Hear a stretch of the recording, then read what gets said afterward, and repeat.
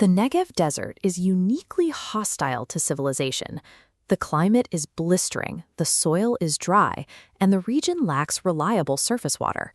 Establishing a permanent settlement here requires serious logistical planning.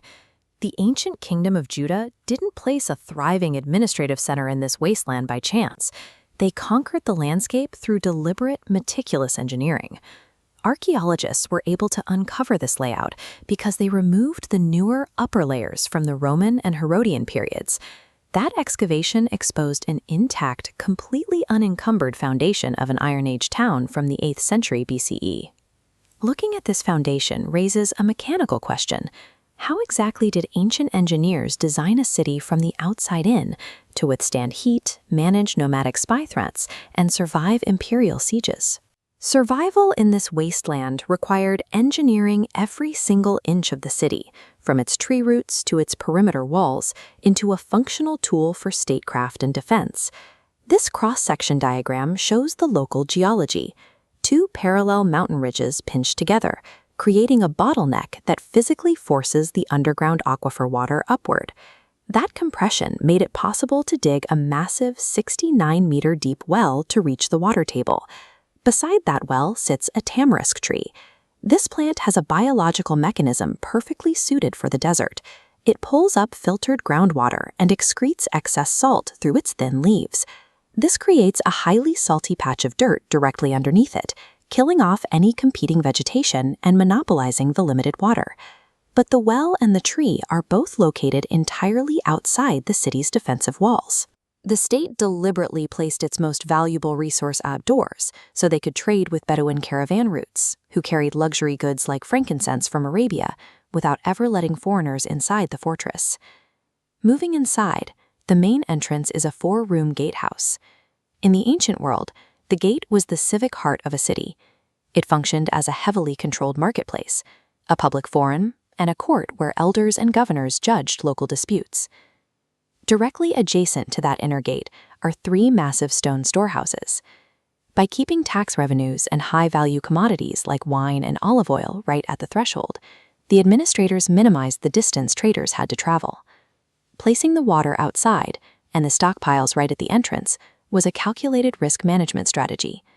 It allowed the Judeans to sustain a thriving economy while keeping the inner fortress fully secure. This schematic reveals a casemate wall. Instead of a single barrier, 2 parallel walls create hollow spaces in between, integrated as back rooms of domestic houses. During a siege, citizens packed these outer rooms with heavy rubble, instantly converting them into a solid defensive wall. When archaeologists excavated the rubble used to fill these spaces, they found a striking anomaly. They uncovered perfectly carved stones that, when reassembled, formed a massive 4-horned sacrificial altar. Biblical law dictated that altars be built from unhewn, natural stone, making this chiseled design technically illicit. During the 8th century BCE, King Hezekiah initiated a sweeping religious reform, systematically destroying local shrines to centralize all religious and political power in Jerusalem. The local altar was dismantled. To shield themselves against foreign empires, the Judean state took the physical remnants of its own decentralized religious past and used them as literal building blocks to fortify their walls. Thick walls can delen an invading army, but they can't hydrate a besieged population. To survive total isolation, engineers carved a deep stone shaft 20 meters straight down into the desert bedrock beneath the city. At the bottom sits a massive 5-cistern reservoir. Because the city's well was located outside the walls, this internal system was designed to capture winter flash floods from the nearby Hebron stream and store the water for months. A cross-section reveals its filtration physics. Turbid floodwater rushes into the first chamber. Gravity pulls heavy sediment down. As water rises, cleaner surface water spills into the next chamber, leaving mud behind. This repeats 5 times, yielding completely clear, drinkable water. Fully loaded, this subterranean system held about 700 cubic meters of pure water. It guaranteed that an invading army, stationed outside in the blistering heat, would run out of supplies long before the citizens inside did. Even with these brilliant logistical defenses, Tel Be'er Sheva eventually fell.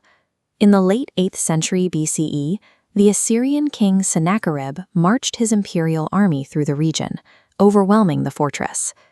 Today, Those exposed foundations sit just miles from the modern metropolis of Be'er Sheva, a physical record of human adaptation to this harsh environment.